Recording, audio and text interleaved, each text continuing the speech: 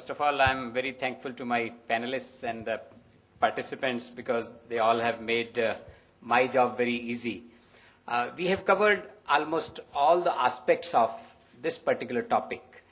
All of us now, when we are on the day 3, in the previous sessions also, we have all heard about what kind of capacities we have to build up.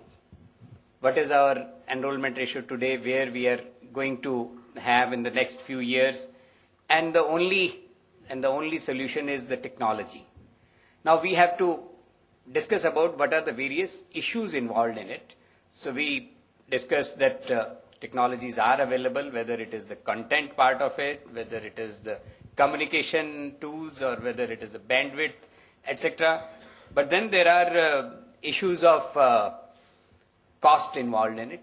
Who will bear the cost and how much cost is really justifiable? So whether to have a faculty member, or instead of recruiting a faculty member and just purchasing a technology, is that the way which is going to provide us solutions? Or then, as Amit Ranade informed us about the various innovative ideas of having teachers training on e-tools and having the different kind of B.Ed, e-B.Ed. This is a new terminology we listen because it's a pilot project. So we have to have a large number of trainers if we have to go for this technology way also. And we have to think about various options in different contexts and different situations. And as Madam Uma Maheshwari told us about the experience of Wi-Fi campus at Anna University, and she clearly pointed out what are the positive aspects of it and which are the negative aspects. So we have to be very careful about the negative aspects also. And Madam told that there are issues of misusing all these facilities when it is unlimited resources. You can download large number of things. So you have to be very careful in those things. How can we restrict it? Because it is not that if we can provide unlimited resources, then we can also make restrictions. So we have to talk to the technology people. Look, this is a problem. You have to put it rightly. Then we discussed about what all the experts worldwide are telling what is the future in education. How the future education going to be? How can we fulfill the needs and aspirations of the society? The research study which Mr. Rajiv told us in detail, that these are the kind of things which are expected from teachers. These are the kind of things which students are looking forward to. And there are the roles for educators, not only the direct teachers, those or professors, academicians, those who are in the delivery part of it, but for the roles of the educators who are in administration, whether they are principals or they are bureaucrats in the education departments, or administrative role in university or colleges. Then the issue which has come up, that it is not that the teachers or the colleges are not looking for ICT, information, communication technologies, but the way in the country the education system is being monitored by the apex bodies.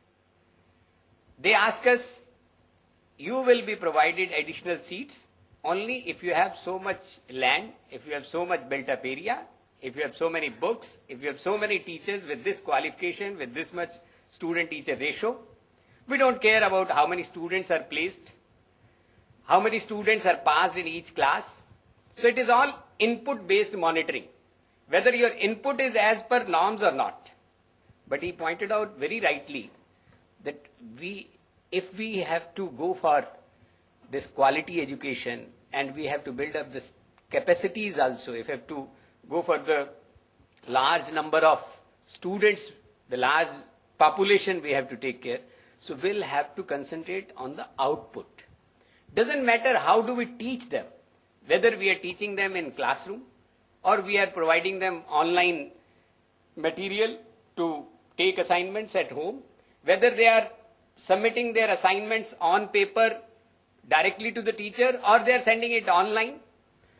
Don't care about the way we are doing it, but try to see the results.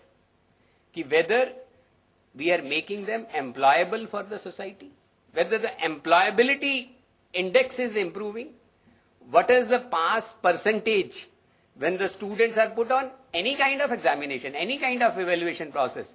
Previous years it was loose in GNTU and now it has become strict, so that it has come down 10% or 30%, whether it was 10% or 30%, it is much lower.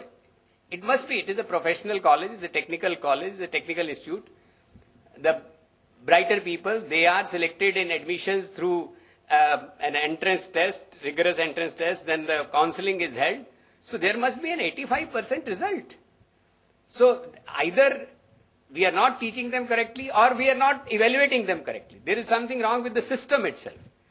So that kind of processes have to be taken up at the apex bodies of bodies like AICT or NCT or MCI or different regulatory bodies at the central government level, which are taking care of higher education, technical education, medical education in the country. So we have discussed almost all the aspects. I just take 1 minute to share my experiences at Punjab Technical University. We started in 97 with just 9 colleges, 5,000 students, and then in 2001 we started our distance education program, 16 learning centers. And today we have 325 colleges, regular colleges, whether engineering or management, pharmacy colleges, 1,600 learning centers all over the country, and 3 lakh students, 1.5 lakh in regular colleges and 1.5 lakh in distance learning mode, which are getting education in Kargil, in Itanagar, in Gangtok, in Kanyakumari, in Porbandar, all parts of the country except Andaman Nicobar. This capacity building, which was done at Punjab Technical University, it was mainly due to ICT, Information Communication Technologies, because we don't have even a single student on campus. We don't have any teaching department on campus.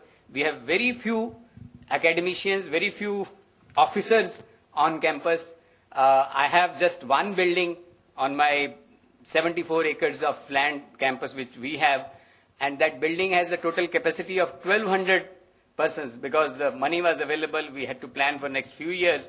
But at present in that building, which is centrally air conditioned building, we just have less than 400 employees. From PN to registrar, vice chancellor, all together. It's less than 400 employees taking care of all the 3 lakh students. It is all mainly because of these technologies. And we are present here on the 16D stall also for details. We have a total contingent of 14 officers here who have come here, so we can have detailed discussions with them. You are most welcome to that. And with this, I conclude, and I think few announcements are to be made by the organizers. Thank you. Thank you very much.